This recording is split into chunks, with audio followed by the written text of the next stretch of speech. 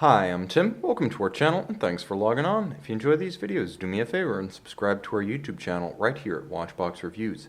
I would really appreciate it, and I promise to update daily. If you like this watch, you can see it and purchase it on our website, thewatchbox.com.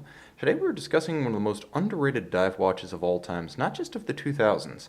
This was the 2007 model year debut Master Compressor Diving GMT from Jaeger-LeCoultre, part of a short-lived family that by 2009 had morphed into the Navy SEALs diver collection, more polarizing and some might say tangentially irrelevant to Jaeger-LeCoultre's core appeal, which is a combination of engineering and everyday user-friendly functions.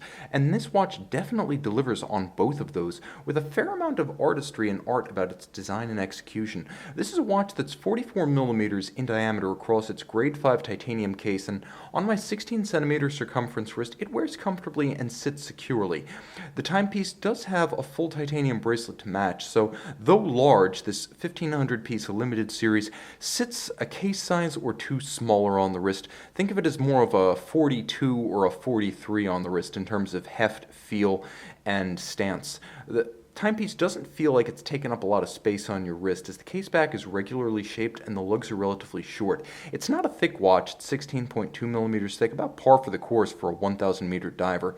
It's 52.2 millimeters lug-to-lug in terms of its span across the wrist, but it does extend a little bit more to 54.9 if you count the end links of the bracelet. Now, I encourage you to buy this watch on the bracelet because it's a ruinously expensive accessory if you buy it separately, and having the bracelet gives you an option that you may not know you needed or wanted. It's a superb piece, and if only to have it as part of the resale value of your watch, always buy one of these things on the bracelet and fit a strap rather than fitting a strap and wondering what might have been.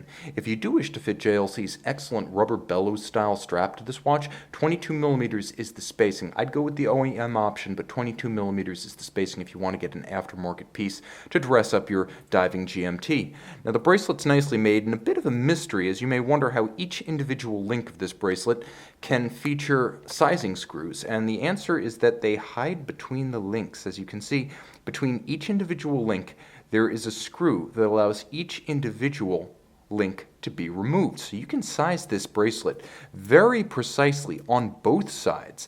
And it features a double deploying clasp that uses not one, not two, but 4 triggers to open up. So it's absolutely secure when closed. Everything feels machined from the solid, as confidence-inspiring and redoubtable as a bank vault. You'll also note that each side of the bracelet features a small Rolex Easy Link style double up micro adjustment, so it'll double up on itself to add or remove the equivalent of 1/2 a sizable link on either side. Now, if you were to deploy both sides, that would be like adding 1 full sizable link back to the bracelet. And if you were to collapse both sides of the micro adjust, that would be like removing 1 full link of the bracelet.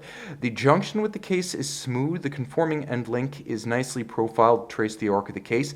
And the bracelet, like the case itself, is artfully finished. At first glance, serious, solid, no frills, but you will note that there are small polished accents in between.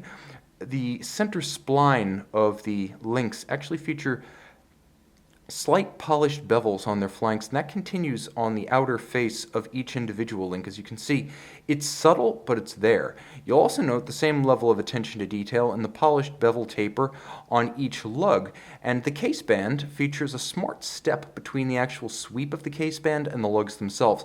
Horizontal satin on the case band, vertical satin on the lugs to help them visually stand out even more. You'll note polishing on the knurled profile of the bezel, and the bezel itself is a masterpiece. It feels and sounds as good as what I consider to be the standard in the space, the dive space. I consider the Panerai Luminor subs to be the most positive and robust detent sound and feel. This is every bit the equal of that. You'll also note that JLC wanted to sidestep the durability issues commonly found on anodized aluminum inserts, as well as ceramic bezel inserts. So you have a full brushed, circular satin finish brushed, grade 5 titanium bezel, polished 5-minute indices, and then you have rubber inserts for 15, 30, and 45 swells the first 15 minutes of your dive. Giant luminescent triangular index, line it up with the minute hand. Now you've got an impromptu 0 to 60 minute count up timer. Give me a dive bezel over a chronograph any day. Applied white gold indices and numerals on the dial with big painted inserts in superluminova. You will see the lume shot at the end of this video, so stay tuned.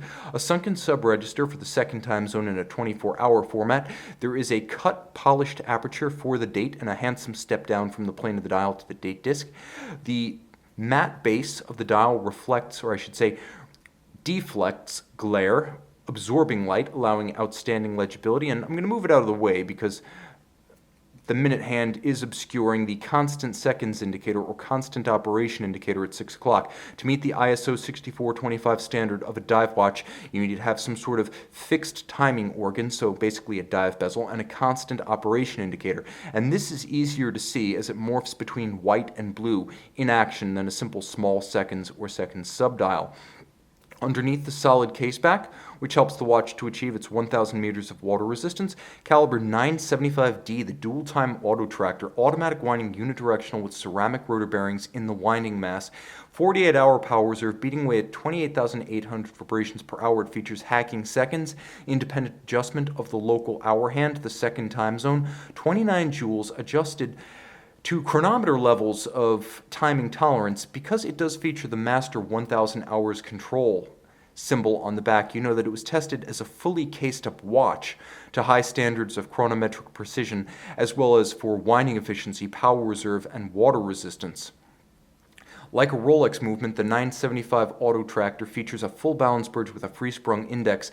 Its architecture was the product of lessons learned with caliber 889, made by JLC during the 90s and used by IWC and sports watches. While the caliber was reliable and accurate, it was not tough enough to take a beating. The 975 Auto Tractor, as it's called, because it was designed to draw and drive complications like this GMT. The 975 Auto Tractor is as tough as a Rolex movement.